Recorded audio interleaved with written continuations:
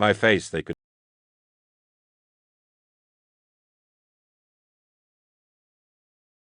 This is Audible. Eisenhorn, Xenos, by Dan Abnett. Read by Toby Longworth.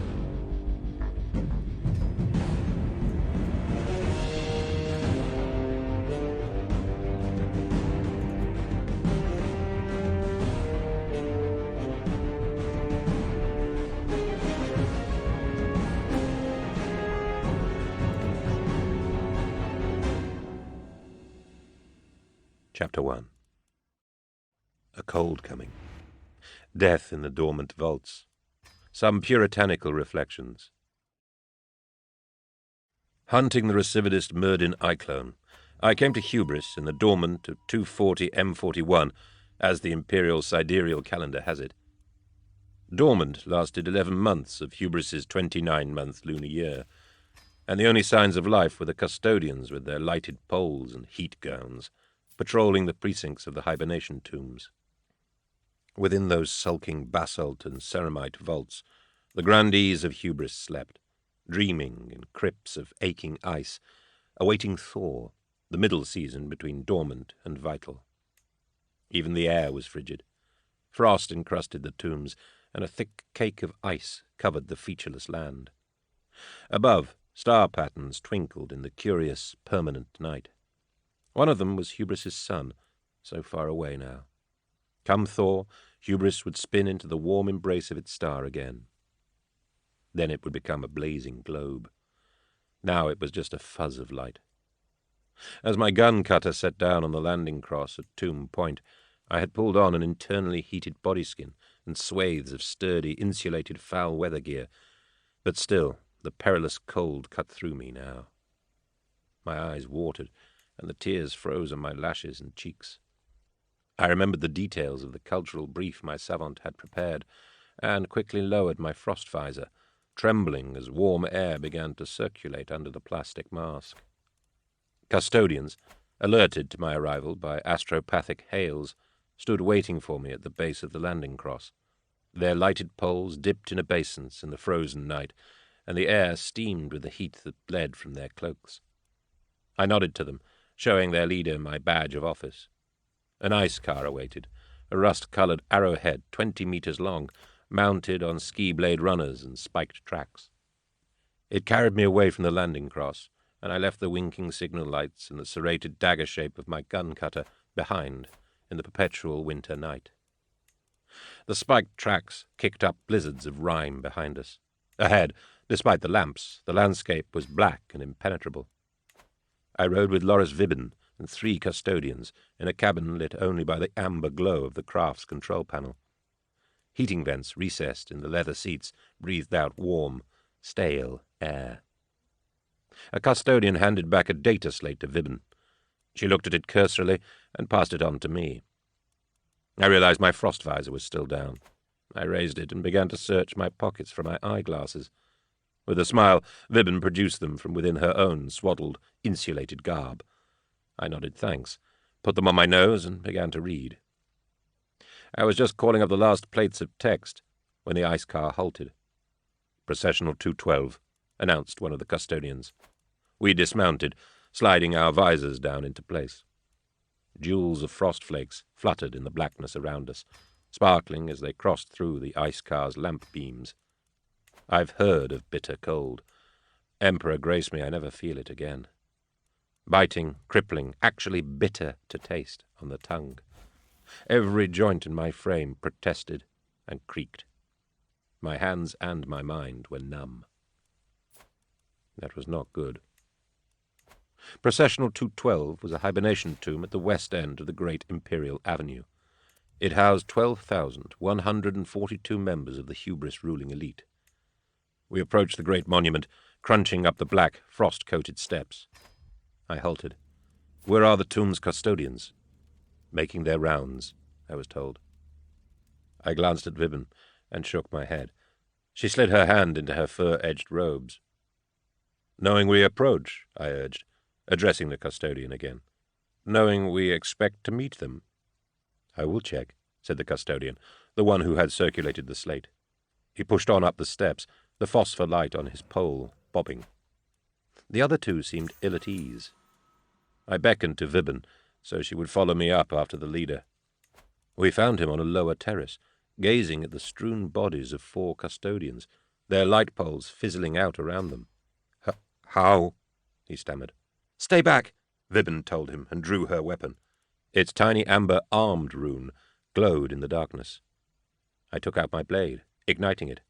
It hummed. The south entry of the tombs was open. Shafts of golden light shone out. All my fears were rapidly being confirmed. We entered, Vibben sweeping the place from side to side with her handgun. The hall was narrow and high, lit by chemical glow globes.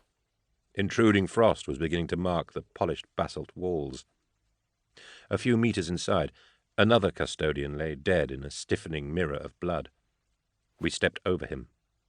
To each side, hallways opened up, admitting us to the hibernation stacks. In every direction, rows and rows of ice berths ranged down the smoothed basalt chambers. It was like walking into the Imperium's grandest morgue. Vibben swept soundlessly to the right, and I went left. I admit I was excited by now, eager to close and conclude a business that had lasted 6 years. Iclone had evaded me for 6 whole years. I studied his methods every day and dreamed of him every night. Now I could smell him. I raised my visor. Water was pattering from the roof. Thaw water. It was growing warmer in here. In their ice berths, some of the dim figures were stirring. Too early. Far too early. Iclone's first man came at me from the west as I crossed a trunk-junction corridor. I spun, the power sword in my hand, and cut through his neck before his ice axe could land. The second came from the south, the third from the east, and then more. More. A blur. As I fought, I heard furious shooting from the vaults away to my right. Vibben was in trouble. I could hear her over the Vox link in our hoods. "Eisenhorn! Eisenhorn!" I wheeled and cut. My opponents were all dressed in heat gowns and carried ice tools that made proficient weapons. Their eyes were dark and unforthcoming. Though they were fast, there was something in them that suggested they were doing this mindlessly, by order. The power sword, an antique and graceful weapon, blessed by the Provost of Inks himself, spun in my hand. With 5 abrupt moves I made corpses out of them and left their blood vapor drifting in the air. "Eisenhorn!" I turned and ran. I splashed heavily down a corridor sluiced with meltwater. More shots from ahead. A sucking cry. I found Vibben face down across a freezer tube, frozen blood gluing her to the sub-zero plastic. 8 of Iclone's servants lay sprawled around her. Her weapon lay just out of reach of her clawing hand, the spent cell ejected from the grip. I am 42 standard years old, in my prime by Imperial standards, young by those of the Inquisition. All my life I have had a reputation for being cold, unfeeling. Some have called me heartless, ruthless, even cruel. I am not. I am not beyond emotional response or compassion. But I possess, and my masters count this as perhaps my paramount virtue, a singular force of will. Throughout my career it has served me well to draw on this facility and steel myself, unflinching, at all that this wretched galaxy can throw at me. To feel pain or fear or grief is to allow myself a luxury I cannot afford. Loris Vibben had served with me for 5.5 years. In that period she had saved my life twice. She saw herself as my aide and my bodyguard, yet, in truth, she was more a companion and a fellow warrior. When I recruited her from the clan slums of Tornish, it was for her combat skills and brutal vigor, but I came to value her just as much for her sharp mind, soft wit, and clear head. I stared down at her body for a moment. I believe I may have uttered her name. I extinguished my power sword and, sliding it into its scabbard, moved back into the shadows on the far side of the hibernation gallery. I could hear nothing except the increasingly persistent thaw drip. Freeing my sidearm from its leather rig under my left armpit, I checked its load and opened a Vox link. Iclone was undoubtedly monitoring all traffic in and out of Processional 212, so I used Glossia, an informal verbal cipher known only to myself and my immediate colleagues. Most Inquisitors develop their own private languages for confidential communication, some more sophisticated than others. Glossia, the basics of which I had designed 10 years before, was reasonably complex and had evolved organically with use. Thorn wishes Aegis, rapturous beasts below. Aegis arising, the colours of space, Betancourt responded immediately and correctly. Rosethorn, abundant, by flame-light crescent. A pause. By flame-light crescent. Confirm. Confirm. Razor Delphus pathway. Pattern ivory. Pattern denied. Pattern crucible. Aegis arising. The link broke. He was on his way. He had taken the news of Vibben's death as hard as I expected. I trusted that would not affect his performance. Midas Betancourt was a hot-blooded, impetuous man, which was partly why I liked him, and used him. I moved out of the shadows again, my sidearm raised. A Scipio-pattern naval pistol, finished in dull chrome with inlaid ivory grips. It felt reassuringly heavy in my gloved hand. 10 rounds, every one a fat, blunt man-stopper, were spring-loaded into the slide inside the grip. I had 4 more armed slides just like it in my hip pocket. I forget where I acquired the Scipio. It had been mine for a few years. One night, 3 years before, Vibben had prized off the ceramite grip plates with their touch-worn, machine-stamped engravings of the Imperial Aquila and the Navy motto, and replaced them with ivory grips she had etched herself. A common practice on Tornish, she informed me, handing the weapon back the next day. The new grips were like crude scrimshaw, showing on each side a poorly executed human skull through which a thorny rose entwined, emerging through an eye socket, shedding cartoon droplets of blood. She'd inlaid carmine gems into the droplets to emphasize their nature. Below the skull, my name was scratched in a clumsy scroll. I had laughed. There had been times when I'd almost been too embarrassed to draw the gang-marked weapon in a fight. Now she was dead. I realized what an honor had been paid to me through that devoted work. I made a promise to myself. I would kill Iclone with this gun. As a devoted member of His High Majesty the God Emperor's Inquisition, I find my philosophy bends towards that of the Amalathians. To the outside galaxy, members of our orders appear much alike. An inquisitor is an inquisitor, a being of fear and persecution. It surprises many that, internally, we are riven with clashing ideologies. I know it surprised Vibben.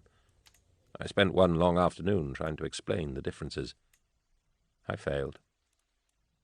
To express it in simple terms, some inquisitors are Puritans and some are radicals. Puritans believe in and enforce the traditional station of the Inquisition, working to purge our galactic community of any criminal or malevolent element, the triumvirate of evil, alien, mutant, and demon. Anything that clashes with the pure rule of mankind, the preachings of the Ministorum, and the letter of imperial law is subject to a Puritan inquisitor's attention. Hard line, traditional, merciless. That is the Puritan way. Radicals believe that any methods are allowable if they accomplish the inquisitorial task. Some, as I understand it, actually embrace and use forbidden resources such as the warp itself as weapons against the enemies of mankind. I have heard the arguments often enough. They appall me. Radical belief is heretical. I am a Puritan by calling and an Amalathian by choice. The ferociously strict ways of the monodominant philosophy oft times entices me. But there is precious little subtlety in their ways, and thus it is not for me. Amalathians take our name from the conclave at Mount Amalath. Our endeavor is to maintain the status quo of the Imperium, and we work to identify and destroy any persons or agencies that might destabilize the power of the Imperium from without or within. We believe in strength through unity, Change is the greatest enemy. We believe the God Emperor has a divine plan, and we work to sustain the Imperium in stability until that plan is made known. We deplore factions and infighting. Indeed, it is sometimes a painful irony that our beliefs mark us as a faction within the political helix of the Inquisition.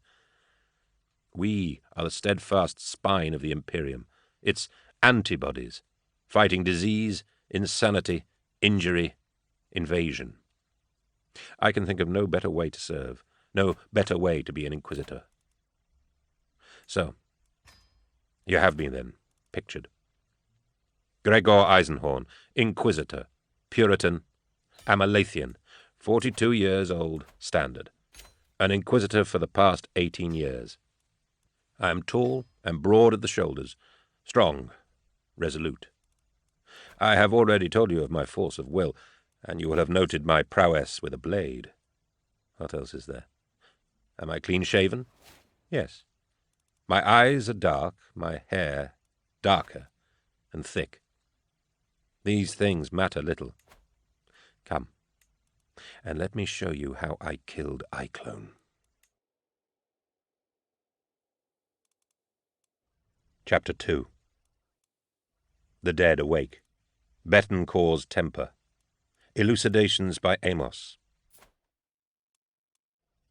I clung to the shadows, moving through the great tomb as silently as I knew how. A terrible sound rolled through the thawing vaults of Processional 212, fists and palms beating at coffin hoods, wailing, gurgling. The sleepers were waking, their frigid bodies sore with hibernation sickness, trapped in their caskets. No honor guard of trained cryogeneers waited to unlock them, to sluice their organs with warming biofluids, or inject stimulants, or massage paralyzed extremities. Thanks to Iclone's efforts, 12,142 members of the planet's ruling class were being roused early into the bitter season of Dormant, and roused without the necessary medical supervision. I had no doubt that they would all suffocate in minutes.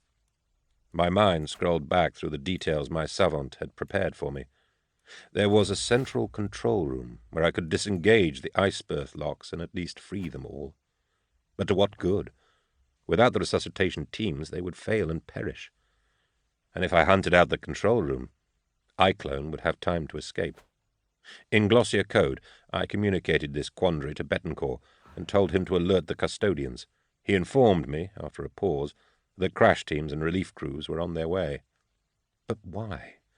The question was still there. Why was Iclone doing this? A massed killing was nothing unusual for a follower of chaos. But there had to be a point, above and beyond the deaths themselves. I was pondering this as I crossed a hallway deep in the west wing of the processional. Frantic beating sounds came from the berths all around, and a pungent mix of ice water and biofluid spurted from the drain taps and cascaded over the floor. A shot rang out. A las shot. It missed me by less than a hand's breadth, and exploded through the headboard of an ice berth behind me. Immediately the frantic hammering in that berth stopped, and the waters running out of its ducts were stained pink. I fired the Scipio down the vault, startled by the noise it made. 2 more las shots flicked down at me. Taking cover behind a stone bulkhead, I emptied a clip down the length of the gallery, the spent shell cases smoking in the air as the pumping slide ejected them. A hot vapor of cordite blew back at me. I swung back into cover, exchanging clips. A few more spits of laser drizzled past me. Then a voice. "Eisenhorn! Gregor! Is that you?" Iclone. I knew his thin voice at once. I didn't answer. "You're dead, you know, Gregor. Dead like they all are. Dead, dead, dead. Step out and make it quick." He was good. I'll give him that. My legs actually twitched, actually started to walk me clear of cover into the open. Iclone was infamous across a dozen settled systems for his mind powers and mesmeric tone. How else had he managed to get these dark-eyed fools to do his bidding? But I have similar skills, and I have honed them well. There is a time to use mind or voice tricks gently to draw out your target, and there are times to use them like a stub gun at point-blank range. It was time for the latter. I pitched my voice, balanced my mind, and yelled, "Show yourself first!" Cyclone didn't succumb. I didn't expect him to. Like me, he had years of resilience training. But his two gunmen were easy meat. The first strode directly out into the middle of the gallery hallway, dropping his lasgun with a clatter. The Scipio made a hole in the middle of his forehead and blew his brains out behind him in a grotesque pink mist. The other stumbled out on his heels, realized his mistake, and began firing. One of his las bolts scorched the sleeve of my jacket. I squeezed the pistol's trigger, and the Scipio bucked and snarled in my tight grip. The round penetrated his head under his nose, splintered on his upper teeth, and blew the sides of his skull out. He staggered and fell, dead fingers firing his las rifle again and again, blowing the fascias out of the hibernation stalls around him. Putrid water, biofluid, and plastic fragments poured out, and some screams became louder. I could hear footsteps above the screams. Cyclone was running. I ran too, across the vaults, passing gallery after gallery. The screaming, the pounding. God Emperor help me, I will never forget that. Thousands of frantic souls waking up to face an agonizing death. Damn Cyclone. Damn him to hell and back. Crossing the third gallery, I saw him, running parallel to me. He saw me too. He wheeled and fired. I ducked back as the blasts of his las pistol shrieked past. A glimpse was all I'd had. A short, wiry man, dressed in brown heat robes, his goatee neatly trimmed, his eyes twinkling with malice. I fired back, but he was running again. I ran on, glimpsed him down the next gallery, and fired again. At the next gallery, nothing. I waited and pulled off my outer robe. It was getting hot and damp in processional 212. When another minute passed and there was still no sign, I began to edge down the gallery towards his last position, gun raised.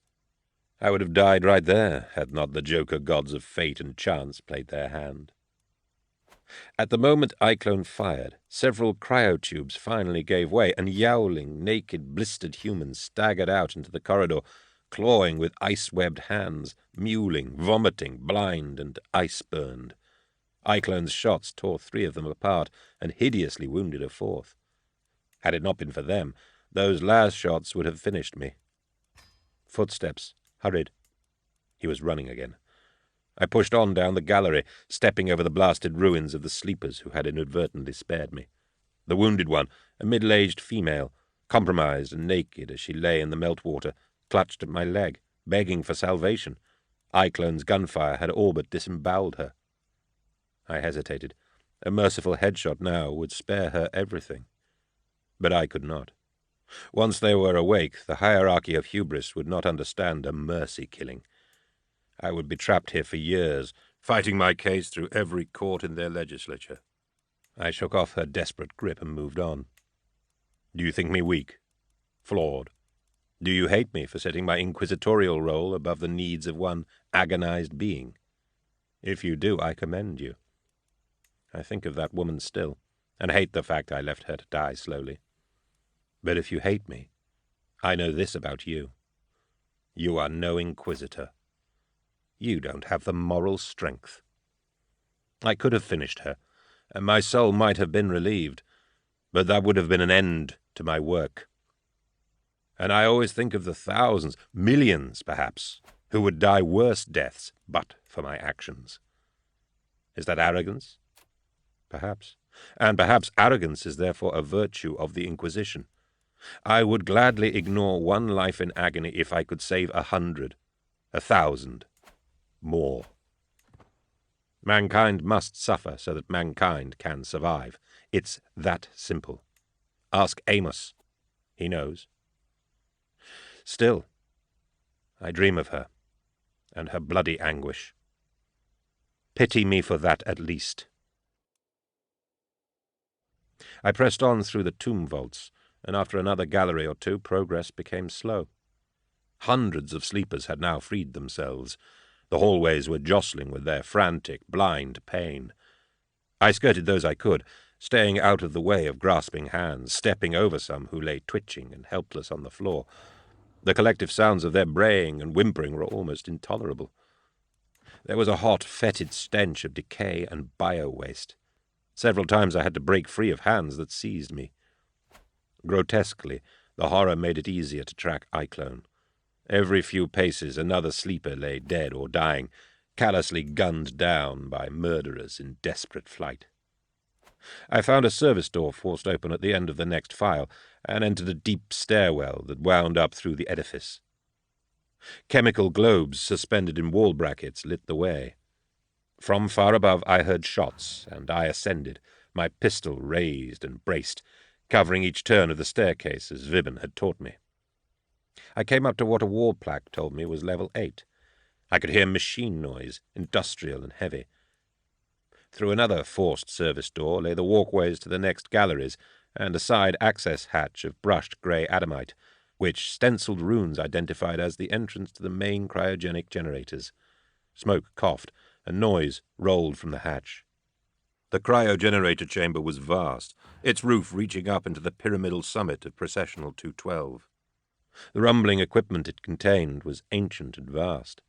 The data slate given to me in the ice car had said that the cryogenerators that ran the hibernation tombs of Hubris had originally been constructed to equip the Ark fleet that carried the first colonists to the world. They had been cut and salvaged from the giant arks on arrival, and the stone tombs raised around them. A Technomagos brotherhood, descended from the Ark fleet engineers, had kept the cryogenerators operating for thousands of years. This cryogenerator was 60 meters tall and constructed from cast iron and copper, painted in matte red lead paint. As it rose, it sprouted branches in the form of conduits and heat exchangers that intertwined with the roof vents. The hot air of the room vibrated with the noise of its operation. Smoke and steam wreathed the atmosphere, and sweat broke out on my brow and back the moment I stepped through the hatchway. I looked around and quickly noted where several inspection hatches had been levered away. The red paint was scored and scraped along each frame where a crowbar had been forced in, and hundreds of years of sacred unguents and lex-mechanical sigil seals, applied and tended by the technomagi, had been broken. I peered in through the open covers and saw rows of copper-wound cells, vibrating rack frames wet with black lubricant, sooty ganglions of insulated electrical routing, and dripping, lagged iron pipes.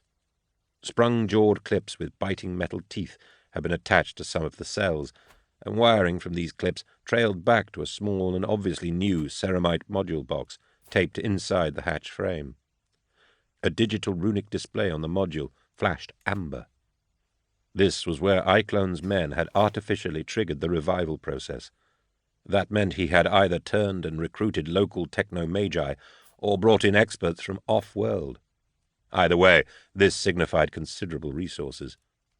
I moved on and clambered up a ladder frame onto a raised platform of metal grill.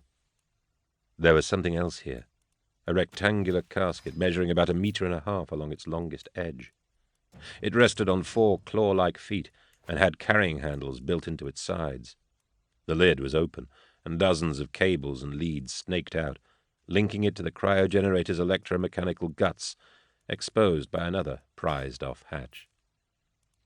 I looked into the casket, but could make little sense of what I saw there. Circuit boards and complex mechanical elements linked by sheaves of cable. And there was a space, a padded recess in the heart of the casket's innards, clearly waiting to receive something the size of a clenched fist. Loose cable ends and plugs were taped in place, ready to be connected. But a key component of this mysterious device was evidently missing.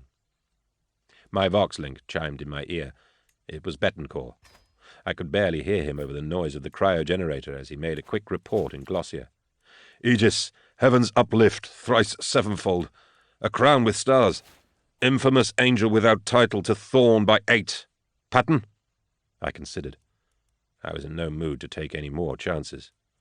"Thorn. Pattern Hawk." "Pattern Hawk acknowledged," he said with relish. I saw movement from the corner of my eye about a half-second after I broke the link with Betancourt. Another of Iclone's black-eyed men, running in through the main hatch with an old model las pistol raised in his hand. His first shot, a twinkling ball of pink light, snapped the metal handrail of the platform I stood on with an explosive ping. His second and third passed over me as I dived down and ricocheted off the cast-iron side of the cryogenerator with scorching crackles. I returned fire, prone, but the angle was bad. 2 more las shots came my way, one cutting sideways into the edge of the platform deck and cutting a gouge through the grille. The gunman was nearly at the foot of the ladder frame. Now a second gunman entered the chamber, calling out after the first, a powerful auto-rifle in his hands. He saw me and began to raise the weapon, but I had a cleaner angle on him and dropped him quickly with 2 rounds through the upper torso. The other was almost below me now, and fired a shot that punched clean through the grille just next to my right foot. I didn't hesitate. I went up and over the rail and directly down onto him. We crashed onto the chamber floor, the powerful impact throwing the Scipio out of my grasp despite my efforts to hold onto it. The man was jabbering some insane nonsense into my face and had a good grip on the front of my tunic. I had him by the throat and by the wrist of his gun hand, forcing the las pistol away. He fired it twice into the ceiling space above. "Enough!" I commanded, modulating my tone to emphasize my will as I drove it into his mind. "Drop it!" He did, meekly, as if surprised. Psycho tricks of will often baffle those who find themselves compelled by them. As he faltered, I threw a punch that connected well and left him unconscious on the floor. As I bent to recover the Scipio, Betancourt voxed me again. "Aegis, Pattern Hawk, infamous angel cast down." Thorne acknowledged. "Resume pattern crucible."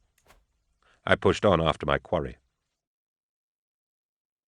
Cyclone made it into the upper vaults and out onto a landing platform built into the sloping side of Processional 212. The wind was fierce.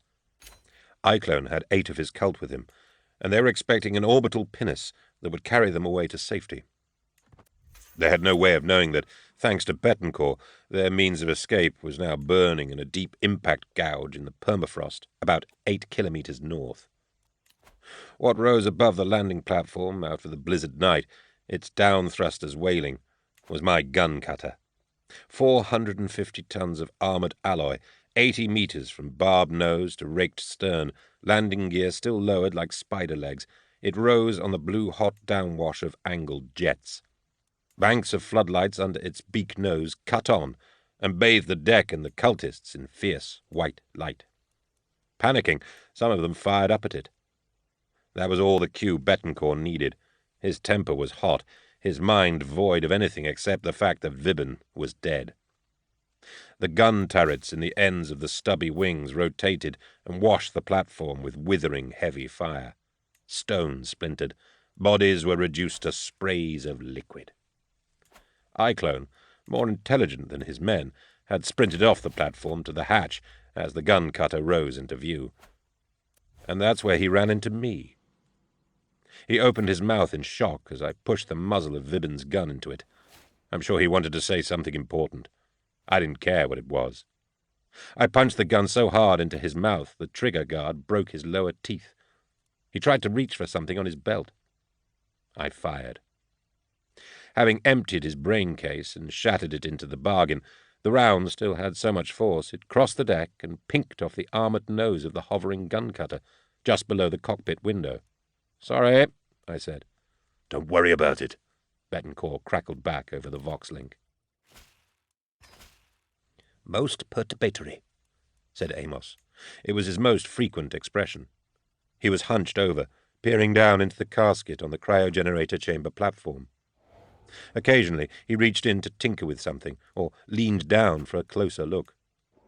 Gestures such as these made the heavy augmetic eyeglasses clamped to his hooked nose make a soft dialing click as they auto-focused. I stood at his shoulder, waiting, looking down at the back of his old bald head. The skin was liver-spotted and thin, and a narrow crescent of white hair edged the back of his skull. Uber Amos was my savant, and my longest-serving companion. He had come into my service in the first month of my career in the Inquisition, bequeathed to me by Inquisitor Hapshant, who was by then dying of cerebral worms. Amos was 278 standard years old, and had provided his services as a savant to 3 inquisitors before me. He was alive only thanks to significant bionic augmentation to his digestive tract, liver, urinary system, hips, and left leg. In Hapshant's service, he had been injured by a stub round. Tending him, surgeons had found a chronically advanced and previously undiagnosed cancer rampant in his abdomen. Had he not been shot, he would have died within weeks. Thanks to the wound, the disease was found, excised, and his body repaired with plastic, ceramite, and steel prosthetics. Amos referred to the whole ordeal as his lucky suffering, and still wore the twisted plug of the stub round that had almost taken and certainly saved his life on a chain around his stringy neck. "Amos?" He rose stiffly with a whine of bionics and turned to face me, shaking out the floor-length green folds of his embroidered robe. His augmetic eyewear dominated his ancient face. He sometimes reminded me of a curious insect with bulbous eyes and narrow, pinched mouthparts. "A codifier of unique design.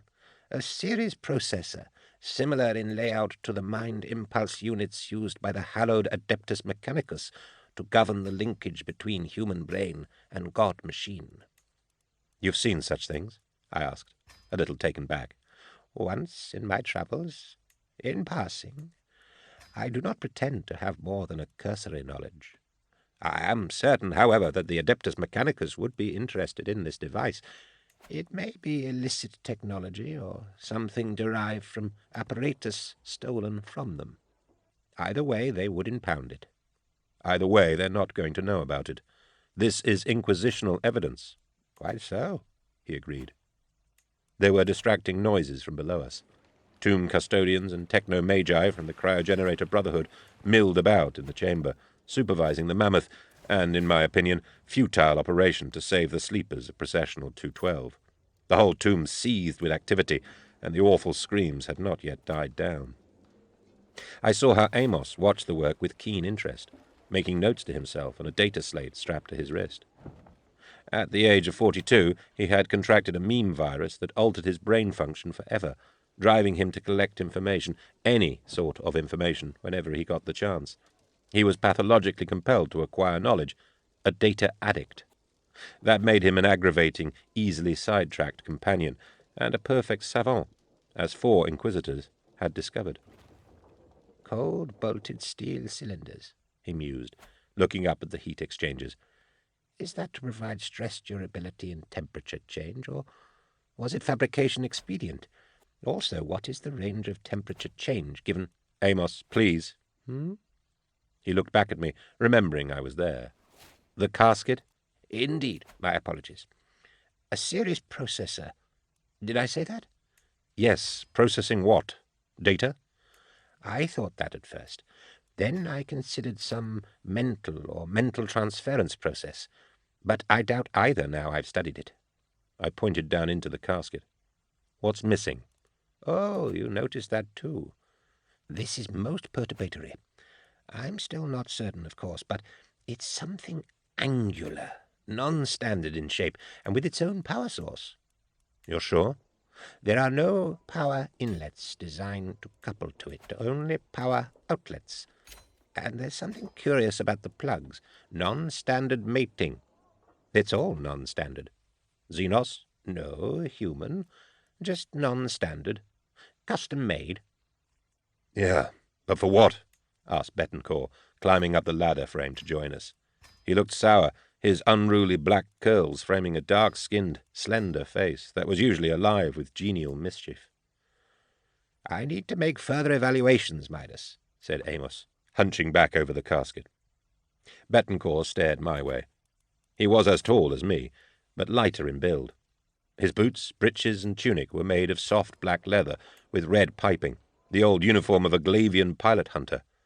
And over that he wore, as always, a short jacket of cerise silk with iridescent embroidery panels. His hands were gloved in light black hide, and seemed to wait ominously near the curved grips of the needle pistols holstered on his hips. "You took a long time getting here?" I began. "They made me take the cutter back to the landing cross at Tomb Point. Said they need the platform here for emergency flights. I had to walk back. Then I saw Dolores." "She died well, Betancourt." "Maybe. Is that possible?" he added. I made no reply. I knew how deep his foul moods could be. I knew he had been in love with Loris Vibin, or at least had decided he was in love with her. I knew things would get difficult with Betancourt before they got better. "Where is this off-welder, this Eisenhorn?" The demanding voice rolled up from the chamber below us. I looked down. A man had entered the cryogenerator chamber escorted by 4 custodians in heat gowns, carrying light poles aloft. He was tall, with pallid skin and greying hair, though his haughty bearing spoke of self-possession and arrogance. He wore a decorative ceremonial heat gown of bold yellow. I didn't know who he was, but he looked like trouble to me. Amos and Betancourt were watching him too. "Any idea as to who this is?" I asked Amos. "Well, you see, the yellow robes, like the light poles carried by the custodians, symbolizes the return of the sun, and thus heat and light. It denotes a high-ranking official of the Dormant Custodial Committee." "I got that much myself," I muttered. "Oh, well, his name is Nisime Carpel, and he's High Custodian, so you should address him as such. He was born here, on Vital 235, 50 standard years ago, the son of a—" "Enough! I knew we'd get there eventually." I walked to the rail and looked down. "I am Eisenhorn." He stared up at me, barely contained wrath bulging the veins in his neck. "Place him under arrest," he told his men. Chapter 3. Nisime Carpel. A light in endless darkness. The Pontius. I shot one meaningful glance at Betancourt to stay his hand, then calmly walked past him, slid down the ladder frame and approached Carpel.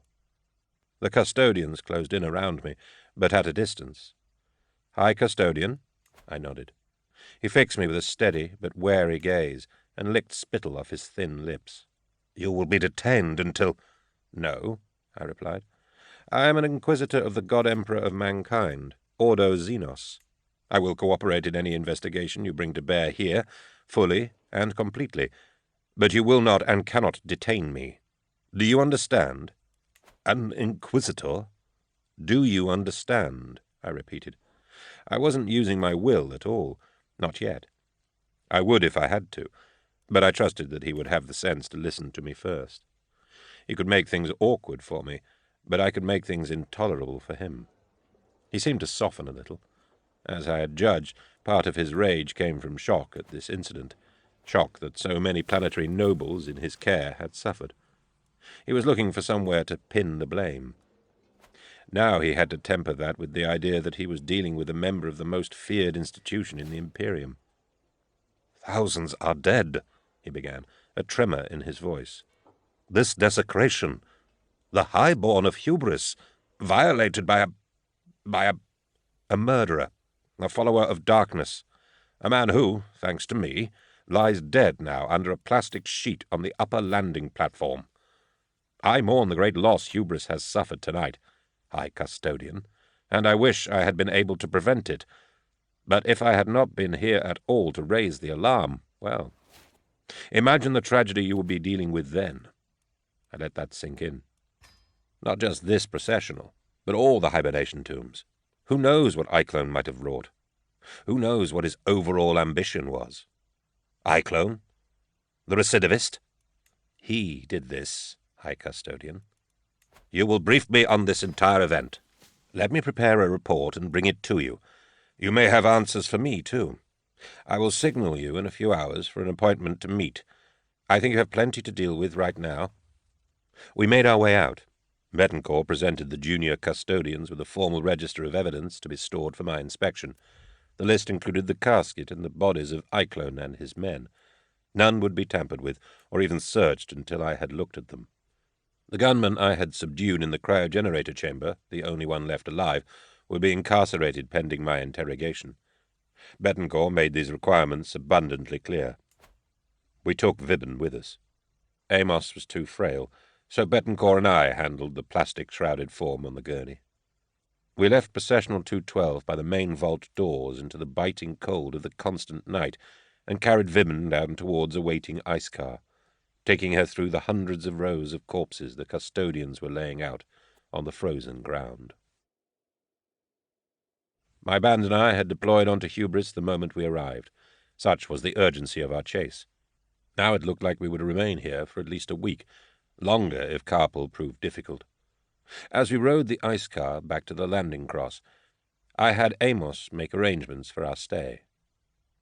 During Dormant on Hubris, while 99% of the planetary population hibernates, one location remains active. The custodians and the techno-magi weather out the long, bitter darkness in a place called the Sun Dome. 50 kilometers from the vast expanse of the dormant plains, where the hibernation tombs stand in rows, the Sun Dome sits like a dark grey blister in the ongoing winter night. It is home to 59,000 people, just a town compared with the great empty cities that slumber below the horizon line, waiting for Thor to bring their populations back. I stared out at the Sun Dome as the gun cutter swept us in towards it through wind-blown storms of ice. Small red marker lights winked on the surfaces of the dome and from the masts jutting from the apex. Betancourt flew silent, concentrating. He had removed his tight-fitting gloves so that the intricate Glavian circuitry set like silver inlays into his palms and fingertips could engage with the cutter's system directly via the control stick. Amos sat in a rear cabin, poring over manuscripts and data slates. 2 independent multitask servitors waited for commands in the crew bay. The ship had 5 in all.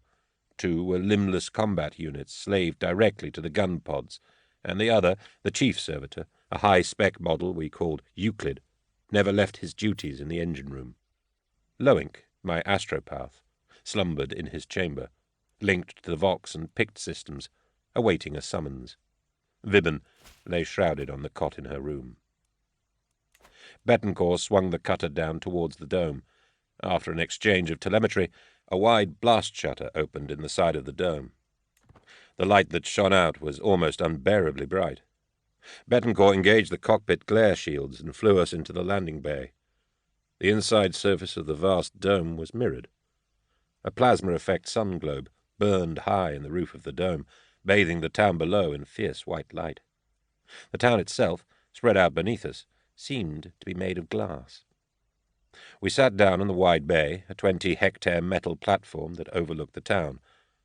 The surface of the platform gleamed almost white in the reflected glare. Heavy monotask servitors trundled out and towed us into a landing silo off the main pad, where pit servitors moved in to attach fuel lines and begin fundamental servicing. Betancourt didn't want anybody or anything touching the gun cutter, so he ordered Modo and Nilquit, our 2 independent servitors, to take over the tasks and send the locals away. I could hear them moving around the hull, servos whirring, hydraulics hissing, exchanging machine code data bursts with each other, or with Euclid in the drive chamber. Amos offered to find accommodation for us in the town itself, but I decided a landing berth was all we needed. The gun cutter was large enough to provide ample facilities for our stay. We often spent weeks or months living aboard it. I went to Lowink's small cabin under the cockpit deck and roused him. He hadn't been with me long. My previous astropath had been killed trying to translate a warp cipher 6 weeks before. Lowink was a young man, with a fleshy, unhealthy bulk hanging from a thin, skeletal frame. His body already deteriorating from the demands of a psyker's life. Greasy implant plugs dotted his shaved skull and lined his forearms like short spines. As he came to the door, some of these plugs trailed wires, each marked with parchment labels, which led back to the communications main box above his cradle. Thousands of cables spilled or dangled around his tiny cabin, but he instinctively knew what each one did and could set and adjust plug-ins at a moment's notice. The room reeked of sweat and incense. "Master," he said. His mouth was a wet pink slit, and he had one lazy, half-hooded eye that gave him a superior air, quite belying his actual timidity. "Please send a message for me, Lowink, to the Regal Aquitaine." The Regal was a rogue trader we had employed to convey the gun cutter and ourselves to Hubris. His vessel awaited us in orbit now, ready to provide further warp passage. "Give Trademaster Gulquin my respects and tell him we are staying for now. He can be on his way. There's no point in him waiting. We could be here for a week or more. The usual form, polite. Tell him I thank him for his service and hope we may meet again." Loewen nodded. "I will do it at once." "Then I'd like you to perform some other tasks. Contact the main Astropathicus enclave here on Hubris and request a full transcript of off-world traffic for the past 6 weeks.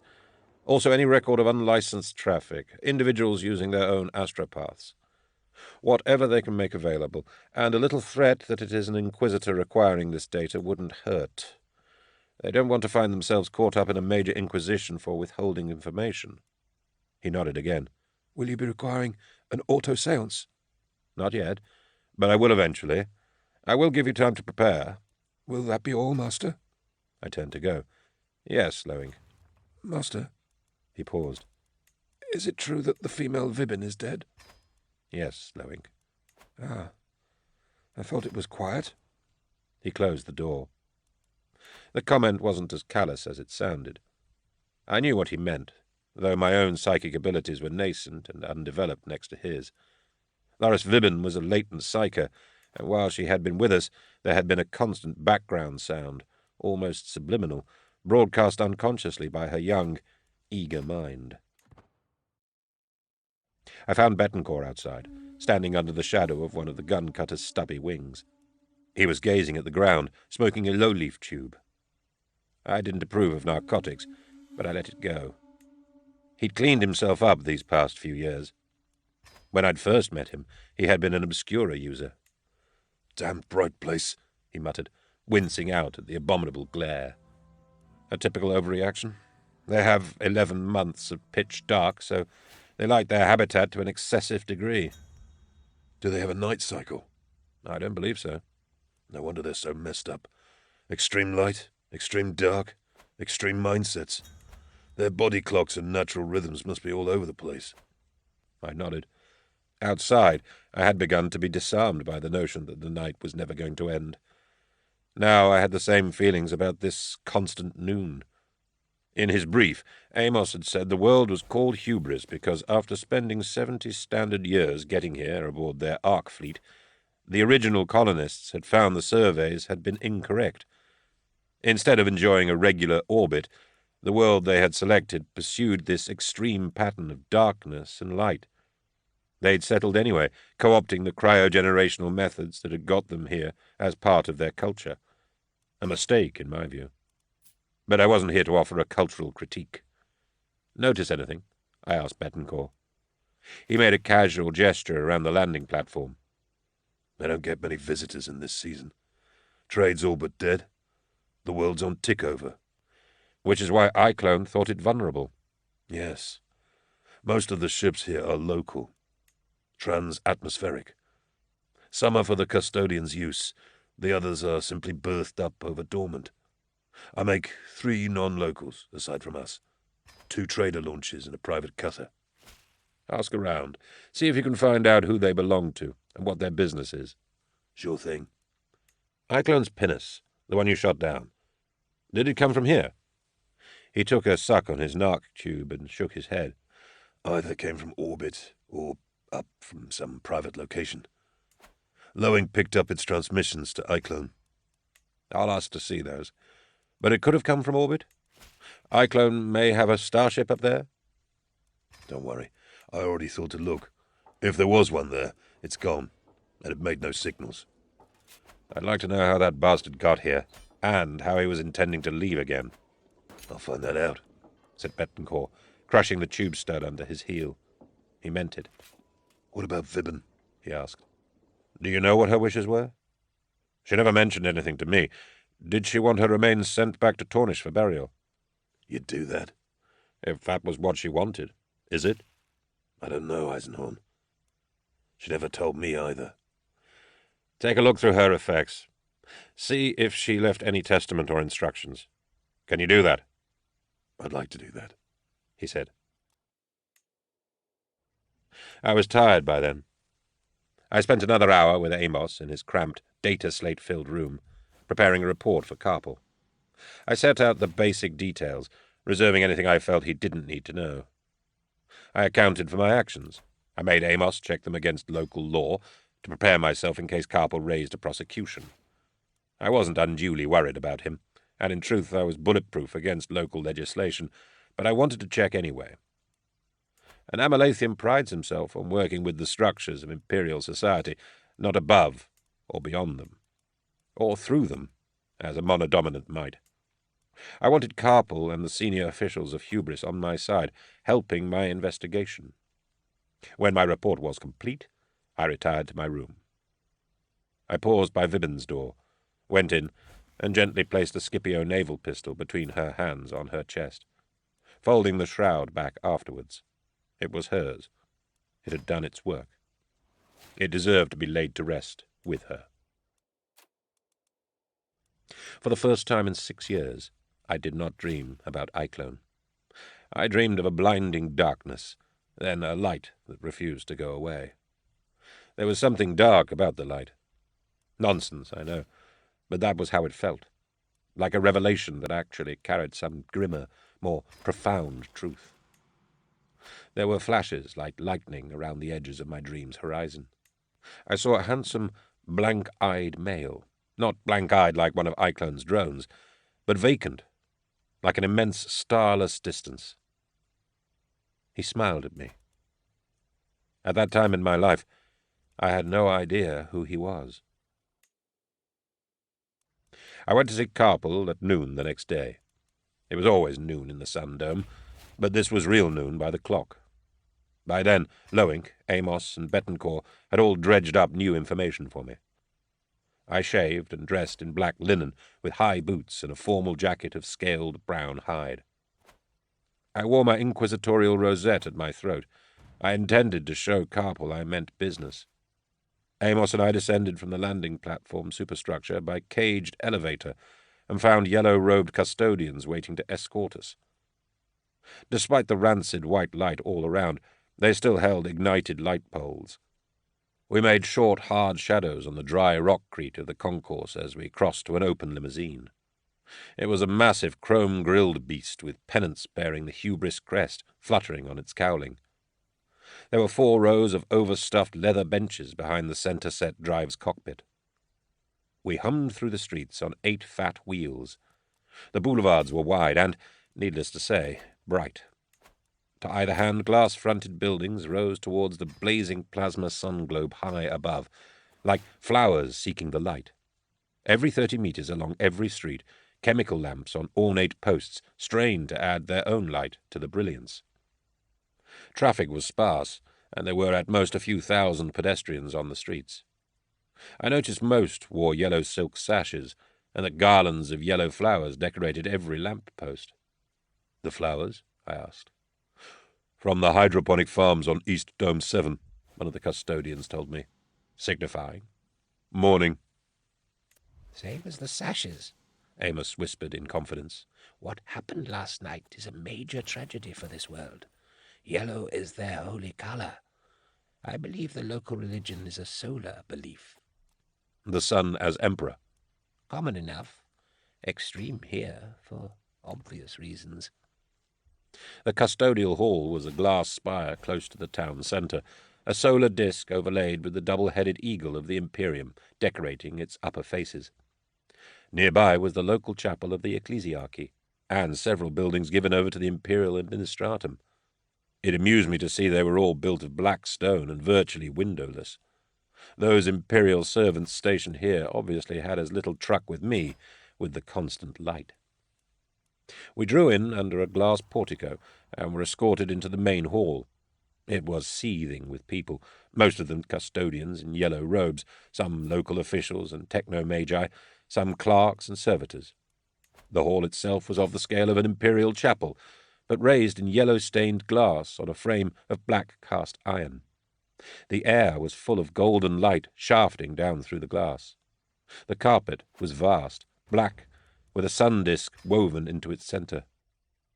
"Inquisitor Eisenhorn," declared one of my escorts through a vox-hailer. The hall fell silent, and all turned to watch us approach. High Custodian Carpel sat on a hovering lifter throne with gilt decorations. A burning chemical light was mounted above the head of the floating chair.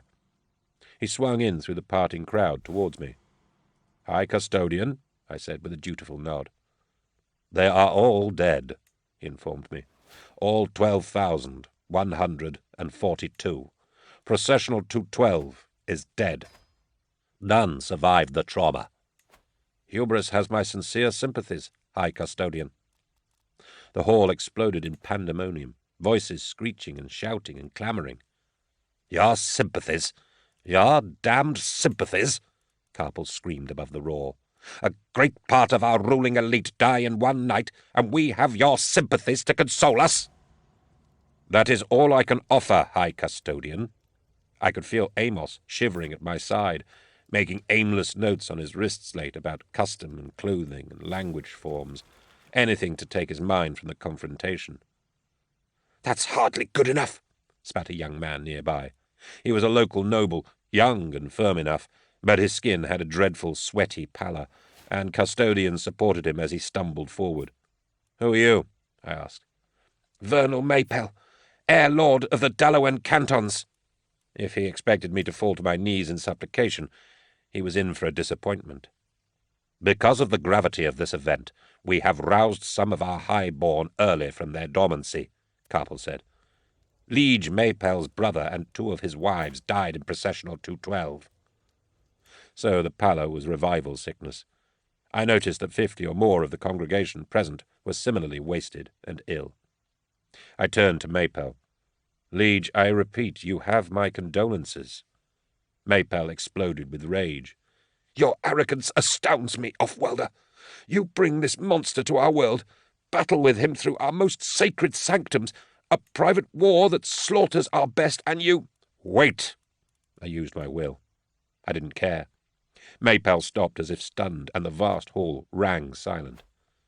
I came here to save you and deny Iclone's plans. But for the efforts of myself and my companions, he might have destroyed more than one of your hibernation tombs. I broke none of your laws. I was careful to preserve your codes in pursuit of my work. What do you mean I brought this monster here? We have made inquiries, answered an elderly noblewoman nearby. Like Maypel, she was ailing with revival sickness, and sat hunched on a litter carried by slaved servitors. What inquiries, madam? This long feud with the murderer Iclone. 5 years, is it now? 6, lady. 6, then. You have hounded him here, driven him, brought him, as Liege Maypel said. How? We registered no off-world ship these past 20 days, except yours, Eisenhorn, Carpel said, reviewing a data slate. The Regal Aquitaine. That ship must have brought him as it brought you, to finish your war here and damn our lives. Did you choose Hubris because it was quiet, out of the way, a place where you might finish your feud undisturbed in the long dark? I was angry by now. I concentrated to control my rage. Amos? Beside me, he was muttering. And what silicate dyes do they use in their stained glass manufacture? Is the structure armoured? The supports are early Imperial Gothic in style, but— Amos, the report. He started and handed me a data slate from his leather case. Read this, Carpel. Read it thoroughly. I pushed it at him, then snatched it away as he reached for it. Or should I read it aloud to all here assembled? Should I explain how I came here at the last minute, when I learned Iclone was moving to Hubris? That I learned that only by astropathic decryption of a cipher message sent by Iclone 2 months ago? A cipher that killed my astropath in his efforts to translate it? Inquisitor, Carpel began. I held up the data slate report for them all, thumbing the stud that scrolled the words across the screen. And what about this? The evidence that Iclone has been planning a move against your world for almost a year. And this, gathered this last night, that an unregistered starship moved in and out of your orbit to deliver Iclone 3 days ago, unnoticed by your planetary overwatch and the custodian Guardians. Or the itemized stream of astropathic communication that your local enclave noticed but didn't bother to source or translate? I tossed the slate into Carpel's lap. Hundreds of eyes stared at me in shocked silence. You were wide open. He exploited you. Don't blame me for anything except being too late to stop him. As I said, you have my sincere condolences. And next time you choose to confront an Imperial Inquisitor, I added, you may want to be more respectful. I'm excusing a lot because I recognize the trauma and loss you have suffered. But my patience isn't limitless. Unlike my authority. I turned to Carpal. Now, High Custodian, can we talk in private, as I think I requested? We followed Carpal's floating throne into a side annex, leaving a hall full of murmuring, shocked voices behind us. Only one of his men accompanied us, a tall, blond fellow in a dark brown uniform I didn't recognize. A bodyguard, I presumed. Carpal set his throne down on the carpet and raised a remote wand that tinted the glass plates of the room at a touch. Reasonable light levels at last. From that alone I knew Carpal was taking me seriously. He waved me to a seat opposite. Amos lurked in the shadows behind me. The man in brown stood by the windows, watching. "What happens now?" Carpal asked. "I expect your full cooperation as I extend my investigation." "But the matter is over," said the man in brown. I kept my gaze on Carpal. "I want your consent for me to continue, as well as your full cooperation. Iclone may be dead, but he was just the blade point of a long and still dangerous weapon." "What are you talking about?" the man in brown snapped. Still, I did not look at him. Staring at Carpal, I said, "If he speaks again without me knowing who he is, I will throw him out of the window. And I won't open it first. This is Chesna Fishig of the Adeptus Arbites. I wanted him present." Now I looked at the man in brown. He was a heavy-set brute with a loop of shiny pink scar tissue under one milky eye. I'd taken him to be a young man with his clean skin and blonde hair, but now I studied him, I saw he was at least my age. "Chesna?" I nodded. "Inquisitor," he returned. "My question stands." I sat back in my chair. Merdin Iclone was a facilitator. A brilliant, devious man, one of the most dangerous I have ever hunted.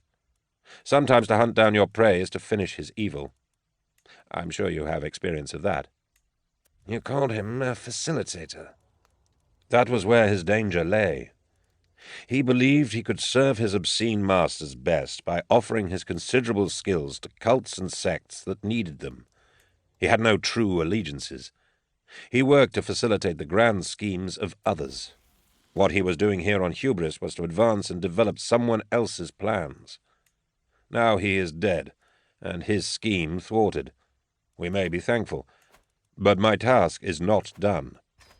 I must work back from Iclone, his men, from any clue he left, and dig my way into whatever greater secret darkness was employing him. "And for this you want the cooperation of the people of Hubris?" asked Carpal. "The people? The authorities? You? Everyone. This is the Emperor's work. Will you shrink from it?" "No, sir, I will not," snapped Carpal. "Excellent."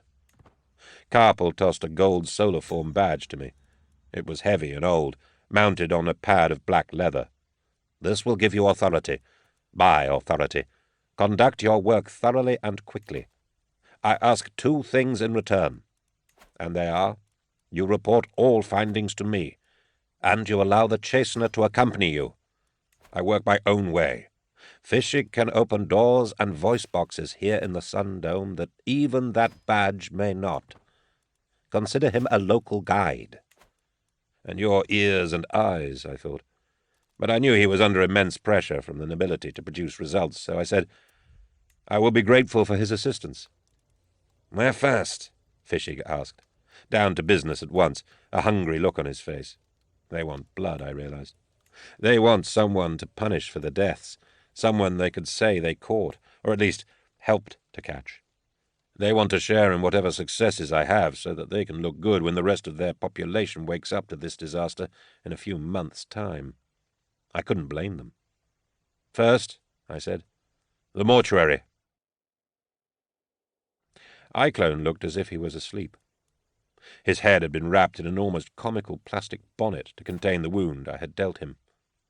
Framed in the plastic, his face was tranquil, with just a slight bruising around the lips.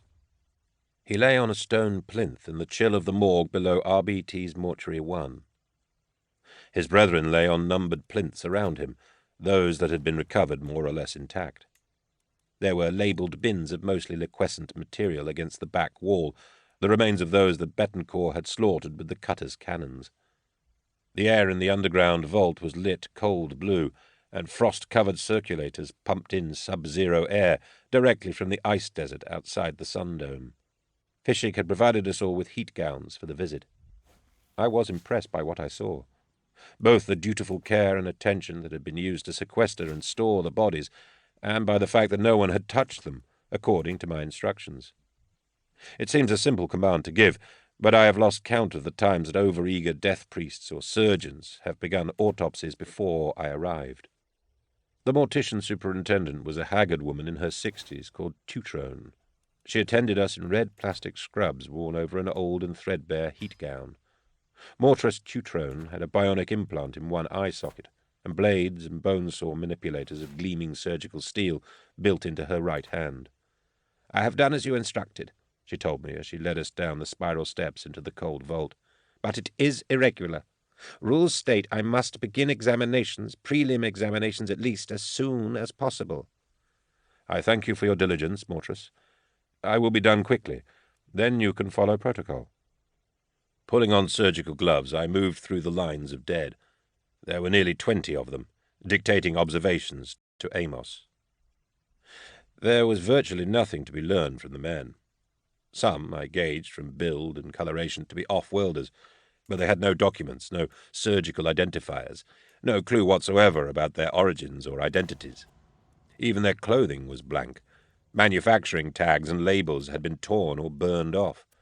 I could begin a forensic investigation to identify the source of the clothing, but that would be a massive waste of resources. On 2 of them, I found fresh scars that suggested subcutaneous ident markers had been surgically removed. Ident marking was not a local practice, so that at least suggested off-world. But where? Hundreds of Imperial planets routinely used such devices, and their placing and use was pretty standard.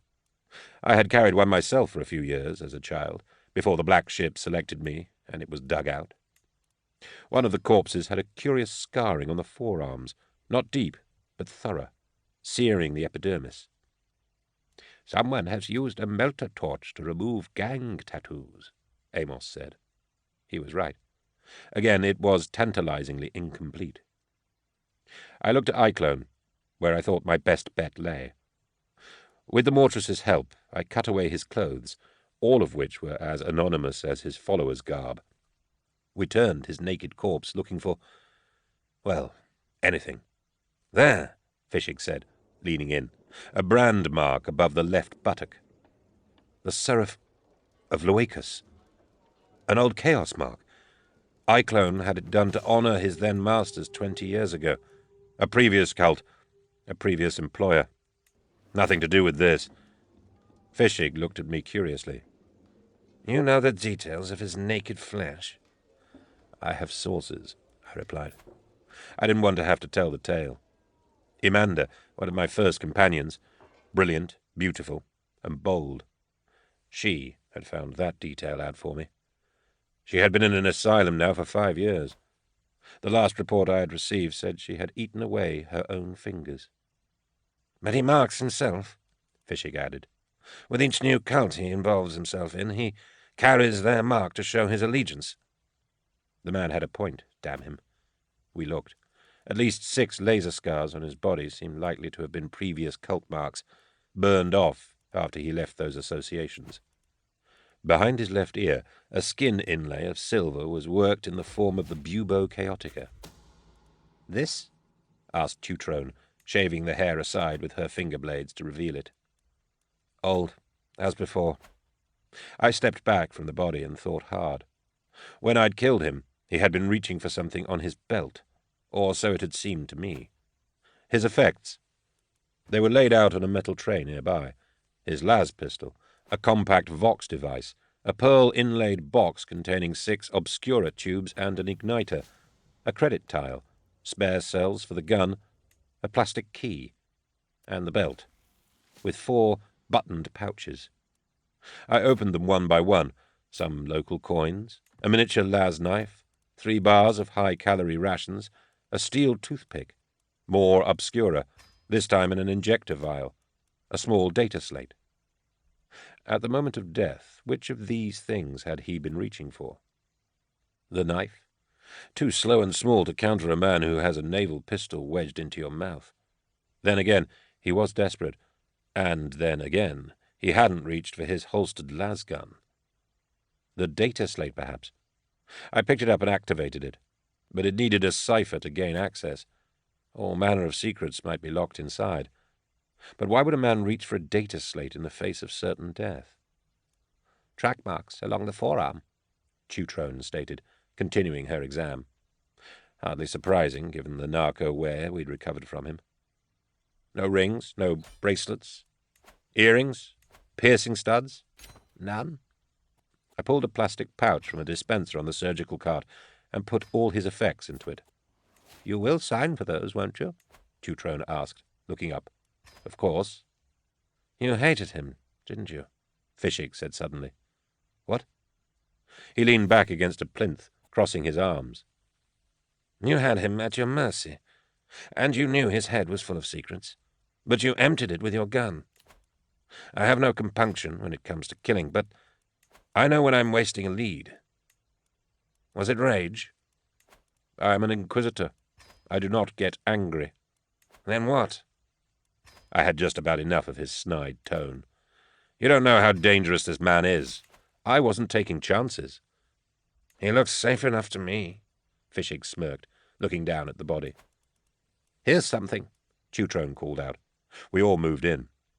She was working on his left hand, delicately, with her finest gauge scalpels and probes, her augmented fingers darting like a seamstress. The index finger of the left hand. There's unusual lividity and swelling. She played a small scanner across it. The nail ceramite, artificial. An implant. What's inside? Unknown. A ghost reading. There's maybe... Ah, there it is. A catch under the quick. You'll need something small to trigger it. She adjusted her bionic finger settings and slid out a very thin metal probe. Thin like... a toothpick. Back! Back now! I yelled. It was too late. Tutrone had undone the catch. The false nail sprang back, and something flew out of the cavity in the fingertip. A silver worm, like a thread of necklace chain, flashed through the air. Where did it go? I don't know, I said, pushing Tutrone and Amos behind me. Did you see it? Asked Fishig. Over there, he said, pulling a short-nosed, gloss-black auto-pistol out from his robes. I reached for my own gun, then remembered I'd given it back to Vibben. I snatched up a bone knife from the trolley. The worm slithered back into the light. It was 1 meter long and several centimeters thick now. What foul sorcery had caused that expansion I did not want to know. It was made of segmented metal, and the head was an eyeless cone split by a hissing mouth full of razor teeth. Tutrone cried out as it flew at us. I pushed her down, and the thing whipped across over us, hitting a corpse on a nearby plinth. There was a dreadful sucking, gnawing sound, and the worm disappeared into the corpse's torso through a jagged hole. The corpse vibrated and ruptured, filling the air with a foul mist of vapour. The worm swished up out of it and disappeared across the floor. By then, Fishig had opened fire and blasted the shattered corpse off its plinth. The worm was long since gone. Touch-activated mechanism, Amos was murmuring to himself. Very discreet, probably of Xenos manufacture, a guard weapon with some mass-altering system that expands it on contact with air and/or release, hunting by sound. So shut up, I told him. I bundled him and Tutrone against the far wall. Fishig and I moved in parallel courses down through the plinth rows, weapons ready. It reappeared. By the time I saw it, it was almost on me, thrashing forward through the air on its metallic tail. In a split second, I reflected that this was how Iclone had wanted me to die. This was what he had intended to unleash against me on the landing platform at Processional 212. Rage made me deny him. I stabbed out, and my extended blade jabbed directly between the gaping teeth and down the gullet. The impact knocked me back. I found I had the whole heavy 2-meter thing thrashing on the end of my knife like a lash. Shots banged past me. Fischig was trying to hit it. "You'll kill me, you idiot! Hold it still!" With a metallic rasping, it was chewing down the blade and the handle towards my hand. Tutrone came in from behind me, and together we wrestled the powerful, coiling thing onto a plinth. She activated a bone saw on her augmetic hand and sliced down through its neck with a shrill scream of spinning blades. The body continued to thrash. She grabbed it and dropped it into an acid trough, usually reserved for bio-waste. The hissing head and the knife it was still chewing away at quickly followed it. The four of us gazed down at the thrashing remains as they disintegrated. I looked round at Mortress, Tutrone, and Fischig. "I know which one of you I'd rather have around in a fight," I muttered. Tutrone laughed.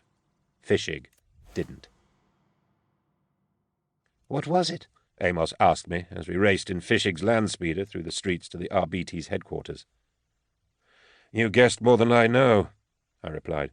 "A gift from his masters, certainly." "What manner of masters makes a thing like that?" "Powerful ones, Amos. The worst kind." Our meeting at the RBT's grim chambers was brief. At my request, Fischig had summoned Magus Palastomes, the head of the cryogenerator Techno-Magi. He took one look at the casket in the evidence room and said, "I have no idea what that is." "Thank you. That will be all," I told him. I turned to Fischig. "Have this sent immediately to my vessel." "It is state's evidence," he began. "Who do you work for, Fischig?" "The Emperor." "Then pretend I'm him, and you won't be far wrong. Do it." Hayden Bonds was waiting for us in the interrogation room. He had been stripped naked, but Fischig assured me nothing of import had been found in his clothes. Bonds was the gunman I had laid out in the cryogenerator chamber, the only one of Iclone's men to have survived the night. His mouth was swollen from my blow. He had admitted nothing except his name. Fischig, Amos, and I entered the room, a dull stone box. Bonds was shackled to a metal chair and looked terrified. So should he, I thought. "Tell me about Murdin Iclone," I said. Who? The darkness had gone from his eyes now. Iclone's spell broken.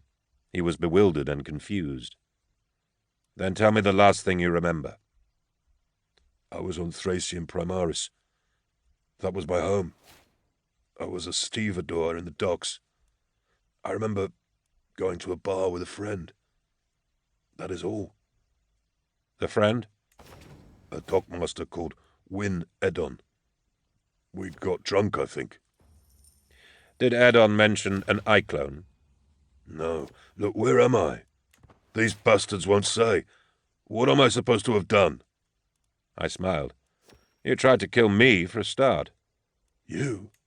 "I'm an Imperial Inquisitor." At that, terror made him lose control of his body functions.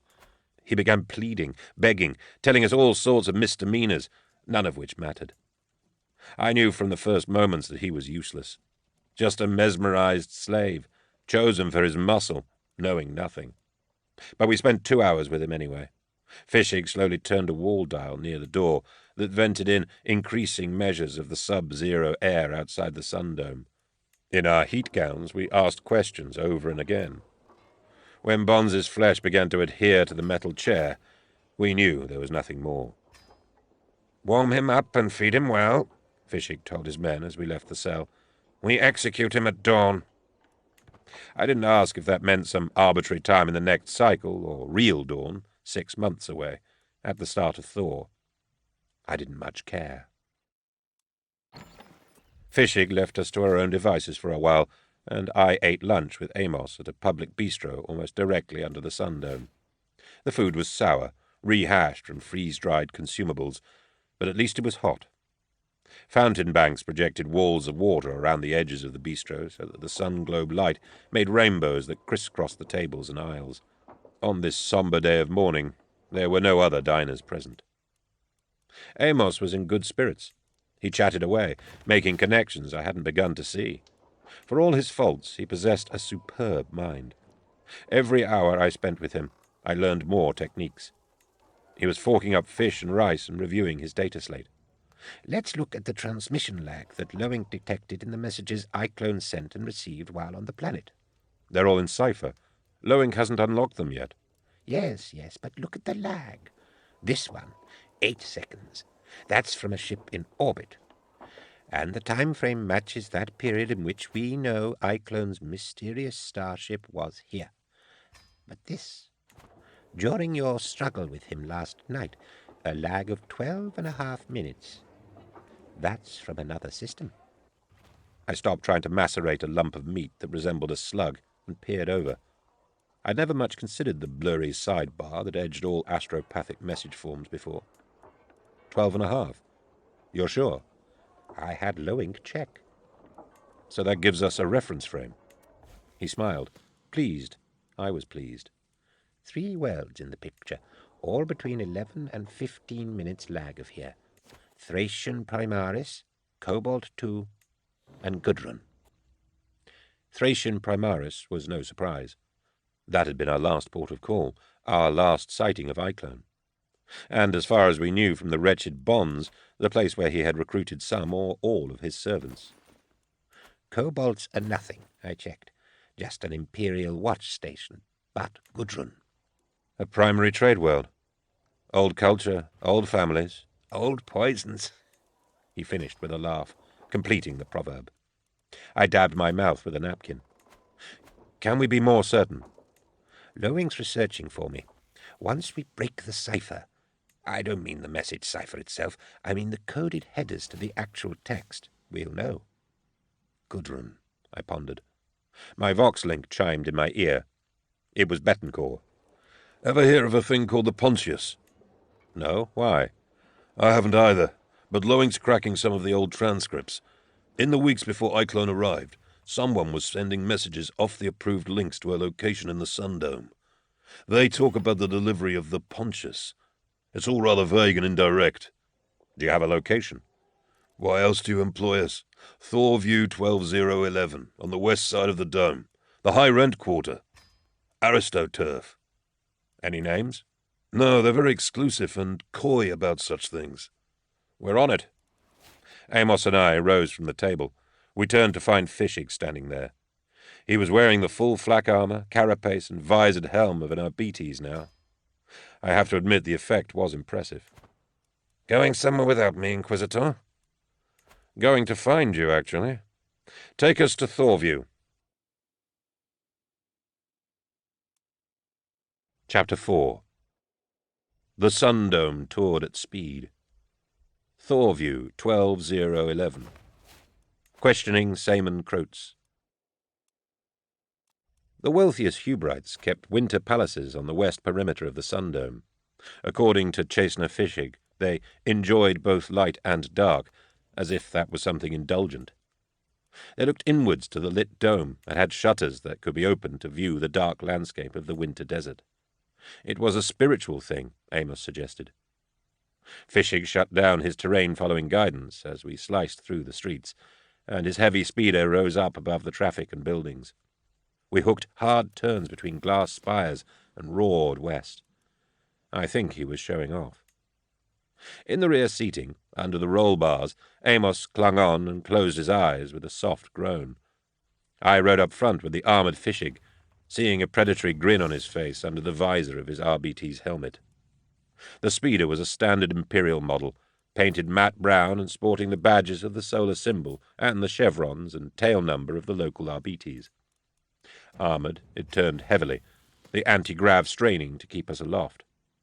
There was a heavy bolter, pintle-mounted, forward of my seat. I glanced around and saw a locked rack of combat shotguns behind the rear seats. "Give me one of those!" I yelled above the slipstream and the choppy thrum of the turbofans. "What?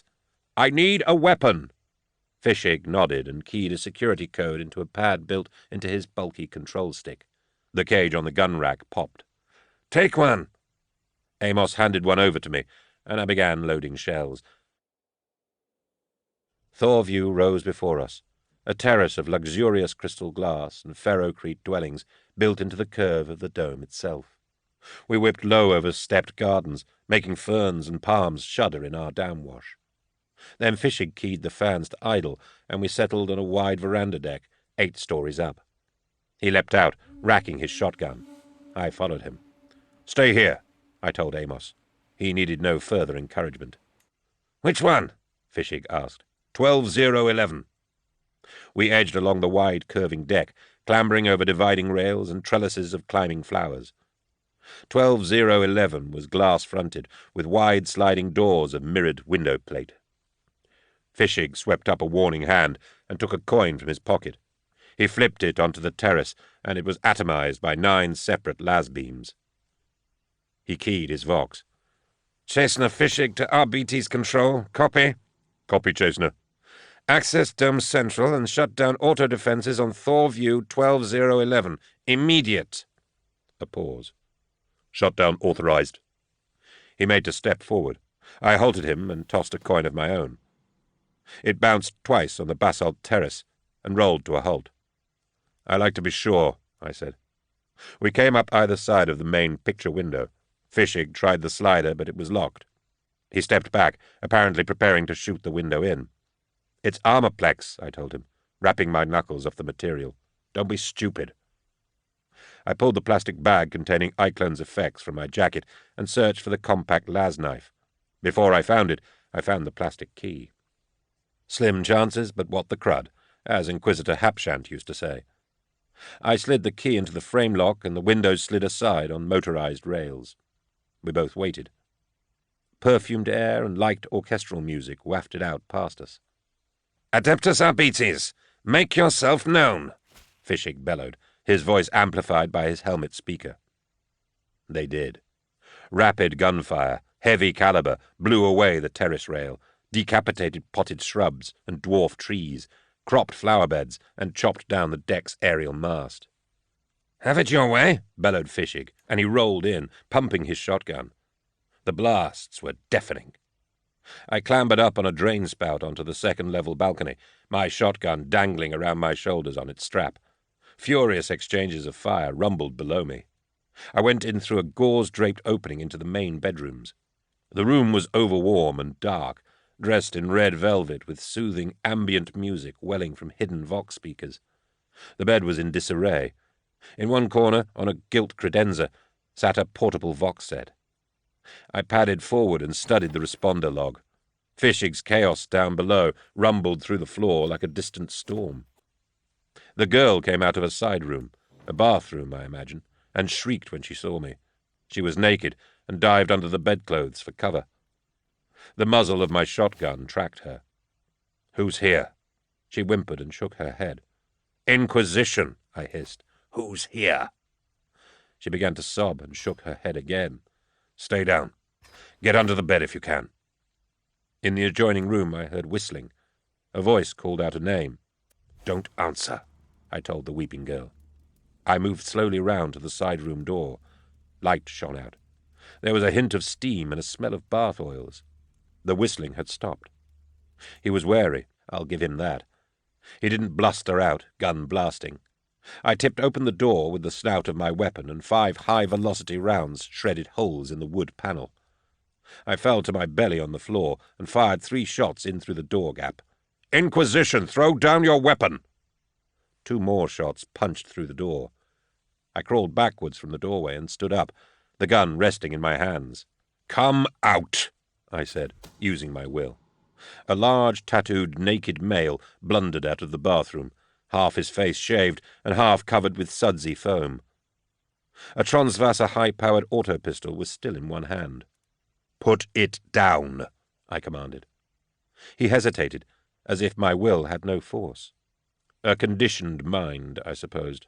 Take no chances. The auto pistol was just pulling up to find me when I blew off his half-shaved face with the shotgun and sent his body splintering back through the half-open door. The girl was still crouched, naked, at the end of the bed, shivering. I was surprised she hadn't bolted out of cover at my command, too. I spun to face her. "What's your name?" "Lisa B." "Full name," I snapped. I wasn't concentrating on her especially, but there was something about her. An air. A tone. "Elizabeth Beckwin, pleasure girl. I worked the Sun Dome these past 4 Dormants." "You're here why?" They paid up front. Wanted a party. Oh, lords. Her voice trailed away as she collapsed on the bed. Get dressed. Stay here. I will want to talk to you. I moved to the door of the chamber and looked out into the unlit hall. Below, down the stairwell, gun flashes and shouts echoed up. Seeing my shape in the doorway, a man ran towards me. Wilk! Wilk! They've found us! They've— A moment before he realized I was not Wilk, I decked him with the butt of my weapon. He fell hard. 2 solid shots raked the doorframe next to me. I ducked back in, sliding back the grip of the shotgun. Shots punched through the wall above the bedhead. Bequin screamed and rolled off the bed. I blasted back, punching 2 more large holes in the door. 2 men slammed into the room, wild-eyed and desperate. Both were dressed in light interior clothes. One had a las pistol, the other an auto-rifle. I dropped the las gunner with one direct shot that hurled his body against the wall. The man with the auto-rifle opened fire, his shots chewing through one of the bedposts. I dived for cover as the automatic fire ripped up tufts of carpet, shattered mirrors and demolished furnishings. Rolling, I frantically sought cover. My would-be killer dropped face down onto the bed. The girl pulled a long, retractable knife out of the back of his neck. I saved your life, she told me. That'll make it better for me, right? I told the girl to stay put in the bedroom, and from her nod I was pretty sure she would. I stepped out into the gloomy hall. The level below had fallen silent. "Fischig," I voxed. "Come down." His reply crackled back. A spiral stairway led down into a large split-level lounge area. The air was thick with smoke, which coiled out of the terrace window doors we had opened. The hard daylight of the sun dome streamed in, making ladder bars of light in the drifting haze. The opposite wall of the room was a wide, segmented shutter. If opened, it would reveal a view over the freezing wastes beyond the dome. A storm of gunfire had ruined the expensive furniture and decorative fittings. 5 corpses lay twisted at various points on the floor. Fischig, his visor raised, was hauling a 6th man up into a high-backed chair. The man, wounded in the right shoulder, was wailing and crying. Fischig cuffed him into place. "Upstairs?" Fischig asked me without looking round. "Clear," I reported. I walked round the room, eyeing the dead and examining items left scattered on tabletops and bureau. "I know some of these men," the chastener added, unsolicited. "Those 2 by the window. Locals. Low-grade labourers. Long list of petty convictions on both. Hired muscle. Seems to be your man's way. The others are off-welders." "You found papers?" "No, it's just a hunch. None of them have got any ID or markers, and I haven't found a cache anywhere." "What about this one?" I walked over to join him by the prisoner he had cuffed to the chair. The man coughed and whined, rolling his eyes. Unless he possessed unnaturally boosted strength thanks to drugs or hidden augmetics, this man wasn't muscle. He was older, spare of frame, with grizzled salt and pepper growth on his chin. "You didn't kill this one deliberately, did you?" I asked Fischig. He smiled slightly, as if pleased that I had noticed. I have rights," the man spat suddenly. "You are in the custody of the Imperial Inquisition," I told him frankly. "You have no rights whatsoever." He fell silent. "Off-welder," Fischig said. I raised an eyebrow. "Accent," Fischig explained. I'd never have detected it myself. This was one of the reasons I used local help whenever I got the chance, even a potential troublemaker like the chastener. My work takes me from world to world, culture to culture. Slight differences in dialect or incongruities of slang regularly pass me by. But Fischig had heard it at once, and it made sense. If this was a leader rather than muscle, one of Eiclone's chosen lieutenants, then the odds were he was from off-world. "Your name?" I asked.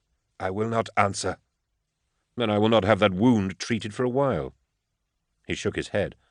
The wound was bad, and he was obviously in considerable pain, but he resisted. I was even more certain he was a ringleader. He was no longer shaking or whining. He had switched in some mental conditioning, no doubt taught by Eiclone. "Mind tricks won't help you," I said. "I'm much better at them than you are." "Go screw yourself." I glanced at Fischig out of courtesy. "Brace yourself," He stepped back. "Tell me your name," I said, using my will. The man in the chair spasmed. "Simon Krutz," he gasped. "Godwin Fishig," spat the chastener involuntarily. He blushed and moved away, busying himself with a search. "Very well, Simon Krutz. Where are you from?" I didn't employ any will now. In my experience, it took only one blow to loosen mental defences. "Thracian Primaris." "What was your job there?" "I was trade envoy for the Bonded Merchant Guild of Synesius." I knew the name. Guild Synesius was one of the largest mercantile companies in the sector. It had holdings on 100+ planets and links to the imperial nobility. It also, as Betancourt had informed me just that morning, had a trade launch berthed at the Sundome landing stage. "And what work brought you to Hubris?" "That same work, as a trade envoy." "In Dormant?" "There is always trade to be had. Long-term contracts with the authorities on this world that require the personal touch." "And if I contact your guild, will it confirm this?" "Of course." I walked around behind him. "So what brought you here? To these private apartments?" "I was a guest." "Of who?" "Namber Wilk, a local trader. He invited me for a mid-dormant feast." "This dwelling is registered to Namber Wilk," Fishig put in. "A trader, as he says, no priors. I don't know him." "What about Iclone?" I asked Croats, leaning down to stare into his eyes. There was a ripple of fear in them. "Who?" "Your real employer." "Merdin Iclone." "Don't make me ask you again." "I don't know any Iclone." There was a ring of truth to his voice. He may well not have known Iclone by that name. I dragged up a chair and sat down facing him. "There is an awful lot of your story that doesn't add up. You're found here consorting with recidivists who we can connect to a planetary conspiracy. There are charges of murder to be considered, a lot of them. We can continue this in far more intimate and comprehensive circumstances, or you can make me like you more by filling in some details now." "I don't know what to tell you." "Whatever you know. About the Pontius, perhaps." A dark, stricken look crossed his face. His jaw worked for a moment, trying to form words. He quivered. Then there was a liquid pop, and his head fell forward. "Throne of Light!" Fishig cried. "Damn it!" I growled, and bent down to lift Croat's limp skull. He was dead. Iclone had left fail-safes in the conditioning that would trigger at certain subjects. The Pontius evidently was one of those. A stroke. Artificially induced. "So we know nothing?" "We know a great deal. Weren't you listening? For a start, we know the Pontius is the most precious secret they protect." "So tell me about it." I was about to, at least evasively, when the shutter barring the far wall to the climate extremes of the world outside the dome blew out. Hidden charges fired simultaneously.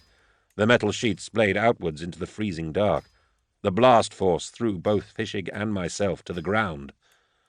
A millisecond later, the shattered crystal in the portal blew back in at us, carried by the hurricane power of the dormant winds outside, a blizzard of billions of razor-sharp slivers.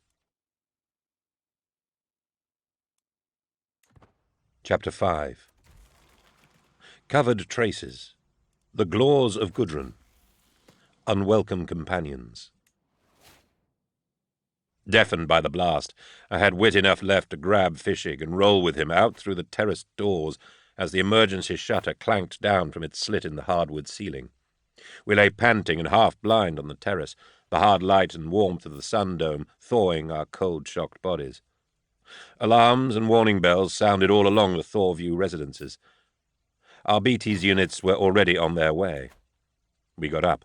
Our clothes and simple good fortune had protected us from the worst of the glass storm, though I had a gash straight down my left cheek that would need closing, and Fishig had a long splinter of glass embedded in his thigh between armor joints.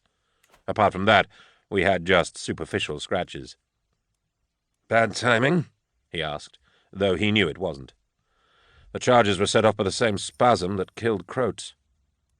He glanced away and rebuckled one of his gauntlets, giving himself time to think. His face was a dingy grey colour, mainly through shock. But I think he was now beginning to understand the resources and capabilities of the people we worked against. Their abominable crime at Processional 212 had demonstrated the scale of their malice, but he hadn't seen that firsthand. Now he was witnessing the fanatical servants of a dark cause, men who would fight without hesitation, to the death. And he had seen how brutally they would cover their traces, using mental weapons and brain-wired booby traps that spoke of vast resources and frightening sophistication. Our BT squads moved into the dwelling and secured it while local Medicae servitors patched our wounds. The clearance squads brought out the shivering girl, Bequin. She was wrapped in blankets and her face was pinched blue with cold. Under my seal and instruction, they placed her in custody. She was too cold to voice a complaint. Fischig and I re-entered wearing heat gowns. It would be another 2 or 3 hours before engineer teams could replace the outer shutter. From the harsh light of the terrace, we passed through 3 hastily hung insulation curtains into the dim, blue twilight of the apartment. The far wall was gone, and we looked directly into the clear, glassy night of Hubris, a glossy grey landscape of stark shadows and back-scattered light stretching away from the edge of the sun dome. Once more I was exposed to the piercing cold of Dormant, and my blood ached. The main room where we had questioned Croats was a gutted cavity, blackened by soot and jewelled with glass. Hard lacquers of frost caked furniture surfaces and twisted the faces of the dead. Blood spilt by the shredding storm of glass was crusted like rubies in the dark. We played the smoky white beams of our lamps around. I doubted we would find much now. There was a good chance any valuable documents had been set to burn or delete on the same trigger signal that had blown the shutter and killed Croats. And it also seemed likely these people carried all truly important information internally, as memory engrams or meme codes, the sort of techniques usually reserved for the higher echelons of diplomatic corps, the administratum and elite trade delegations. That turned my mind back to Croats' employer, the Guild Synesias. "It's a common enough name in this subsector," Amos told me back in the comfortable half-light of the gun cutter in its landing platform berth. He had been researching the name Pontius. "I've turned up over 500,000 citizens with that forename, another 200,000 with it as a middle name, plus another 40 or 50,000 spelling variants." He waved a data slate at me. I brushed it aside and used a hand mirror to study the line of metal butterfly sutures in the wound in my cheek. What about the definite article? "I have over 9,000 marks with that connection," he sighed. He began to read them from his slate list. "The Pontius Swellwyn Youth Academy. The Pontius Praxitiles Translation Bureau. The Pontius Guyvant Ropus Investment Financiary. The Pontius Spiegel Microsurgical Hospital." "Enough!" I sat at the codifier, typing in name groups. Flickering runes hunted and darted across the viewplate. Text extracts drifted into focus. I searched through them by eye, my finger resting on the scroll bar. "Pontius Glor," I said. He blinked and looked at me. There was a half-smile of scholarly delight on his narrow face. "Not on my lists." "Because he is dead?" "Because he's dead." Amos came over and looked across my shoulder at the screen. "But it makes a sort of sense." It did. A kind of illogic that had the flavour of truth. The sort of spore an inquisitor gets a nose for after a few years. The Glor family was old blood, a thrusting noble dynasty that had been a main player in this subsector for almost a millennium. The primary familial holdings and estates were on Gudrun, a world that had already come to our attention. House Glor was also a major shareholder and investor in the regal bonded merchant guild of Synesius, so the codifier had just revealed to me. "Pontius Glor," I murmured. Pontius Glor had been dead for more than 200 years. The 7th son of Oberon Glor, one of the great patriarchs of that line. He had suffered the fate of most junior siblings in that there had been precious little for him to inherit once his older brothers had taken their turn. His eldest brother, another Oberon, had become lord of the house. The second eldest had been gifted with the control of the stock holdings. The third had taken on the captaincy of the house militia. The fourth and fifth had married politically and entered the administratum at high level, and so it went. From what I remembered of Pontius Glor's biography, required reading as a trainee, Pontius had become a dilettante, wasting his life, his robust virility, charisma, and finely educated intellect in all manner of worthless pursuits. He had gambled away a significant measure of his personal fortune, then rebuilt it on the revenues of slave trading and pit fighting. A ruthless sliver of brutality stained his record. And then, in his 40s, with his health ruined by years of abuse, he turned to a much darker path. It has always been suspected that this turn was triggered by some chance event, an artifact or document that fell into his hands, perhaps the strange beliefs of some of the more barbaric pit fighters he enslaved. Instinct told me the propensity had always been within him, and that he was looking for a chance to let it flourish. It is documented he was a lifelong collector of rare and often prohibited books. At what point might his appetite for licentious and esoteric pornography have spilled over into the heretical and blasphemous? Pontius Glor became a disciple of chaos, a devotee of the most abominable and obscene forces that haunt this galaxy. He drew a coven around him, and over a period of 15 years committed unspeakable and increasingly brazen acts of evil. He was slain eventually, his coven along with him, on Lamsarot, by an inquisitorial purge led by the great Absalon Angevin. House Glor participated in this overthrow, desperate to be seen to distance themselves from his crimes. It is likely this alone prevented the entire family from being pulled down with him. A monster, a notorious monster, and dead, as Amos had been so quick to point out, dead for more than 2 centuries. But the name and the connection of facts seemed too obvious to ignore. I wandered up to the cockpit and sat with Betancourt. "We'll need passage off-world, to Gudrun." I'll arrange it. It may be a day or 2. "As fast as you can." I sent word to High Custodian Carpel, informing him of some, though not all, of my findings, and telling him I would shortly be leaving to continue my investigations on Gudrun. I was reading through the confidential case records of Inquisitor Angevin when 2 Arbites brought Bequin to my gun cutter. I had sent orders for her to be delivered into my charge. She stood in the crew bay, frowning in the gloom, cuffed. She had dressed in a tawdry gown and a light cloak, but despite the cheapness of her garb and the discomfort she was in, her considerable beauty was plain to see. Good bones, a full mouth, fierce eyes, and long dark hair. Yet, again, there was that air about her, that tone I had detected before. Despite her obvious physical attractions, there was something almost repellent about her. It was curious, but I was convinced I knew what it was.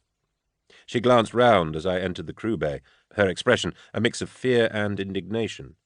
"I helped you," she spat. "You did, though I neither asked for nor needed your help." She pouted. That air was stronger now, an unpleasant feeling that made me want to bundle her out of the cutter and have done with her there and then. "The Arbites say they will charge me with murder and conspiracy." "The Arbites desperately want someone to pin the crimes on. You are unhappily involved in those matters, though I don't believe deliberately." "Damn right," she snarled. "This has ruined me, my life here, just when I was getting things together." "Your life has been difficult?" She fixed me with a sneer that questioned my intelligence. "I'm a pleasure girl, an object," it seemed to say, "lowest of the low. How difficult do you think my life has been?" I stepped forward and removed the Arbite's cuffs. She rubbed her wrists and looked at me in surprise. "Sit down," I told her. I was using the will. She looked at me again, as if wondering what the funny tone was all about, and then calmly took a seat on a padded leather bench along the crew bay's back wall. "I can make sure the charges are dropped," I told her. "I have that authority. Indeed, my authority is the only reason you haven't been charged or interrogated so far." "Why would you do that?" "I thought you believed I owed you." "Doesn't matter what I believe." There was a sullen cast to her face as she looked me up and down. I found myself intrigued. Objectively, I was looking at a girl whose looks and vivacious spirit made her undeniably desirable. Yet I almost wanted to shout at her, to drive her away, to get her out of my sight. I had an entirely unwarranted and instinctive loathing for her. Even if you clear me, I can't carry on here. They'll hound me out. I'll be marked as trouble. That'll be the end of my work. I'll have to move on again." She stared down at the floor and muttered a curse. Just when I was getting it together. "Move on? You're not from Hubris?" "This miserable shit pit." "Where, then?" "I came here from Thracian Primaris 4 years ago." "You were born on Thracian?" She shook her head. "Bonaventure." That was half a sector away. "How did you get from Bonaventure to Thracian?" "By way of this and that, here and there. I've travelled a lot. Never stayed put very long." "Because things get difficult." The sneer again. "That's right. I'd stuck it out here longer than anywhere. Now that's all screwed up." "Stand up," I snapped suddenly, using the will again. She paused and shrugged at me. "Make your mind up." She got to her feet. "I want to ask you some questions about the men who employed you at Thorview 12011. "I thought you might." "If you answer helpfully, I can cut you a deal." "What sort of deal?" "I can take you to Gudrun, give you a chance to make a new start. Or I can offer you employment, if you're interested." She smiled quizzically. It was the first positive expression I had seen on her. It made her more beautiful, but I didn't like her any better. "Employment?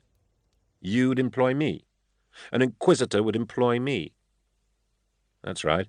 Certain services I think you can provide." She took 2 fluid steps over to me and placed her hands flat against my chest. "I see," she said. "Even big bad inquisitors have needs, huh? That's fine." "You misunderstand," I replied, pushing her back as politely as I could. Physical contact with her made the unnatural feeling of revulsion even stronger. "The services I have in mind will be new to you, not the sort of work you are accustomed to. Are you still interested?" She set her head on one side and considered me. "You're an odd one, all right. Are all inquisitors like you?" "No." I ordered the servitor Modo to provide her with refreshment and left her in the crew bay. Betancourt was stood in the shadows outside the door, gazing in at her appreciatively. "She's a fine sight," he murmured to me, as if I might not have noticed. "You forget Vibben so quickly?" He snapped round at me, stung. "I was low, Eisenhorn. I was just commenting." "You'll like her less when you get to know her. She's an untouchable." "Seriously?" "Seriously. A psychic blank. It's natural, and I haven't tested her limits. It's all I can do to be in the same room as her." "Such a looker, too," Betancourt sighed, gazing back in at her. "Useful to us. If she passes certain requirements, I'm going to employ her." He nodded. Untouchables were rare and almost impossible to create artificially.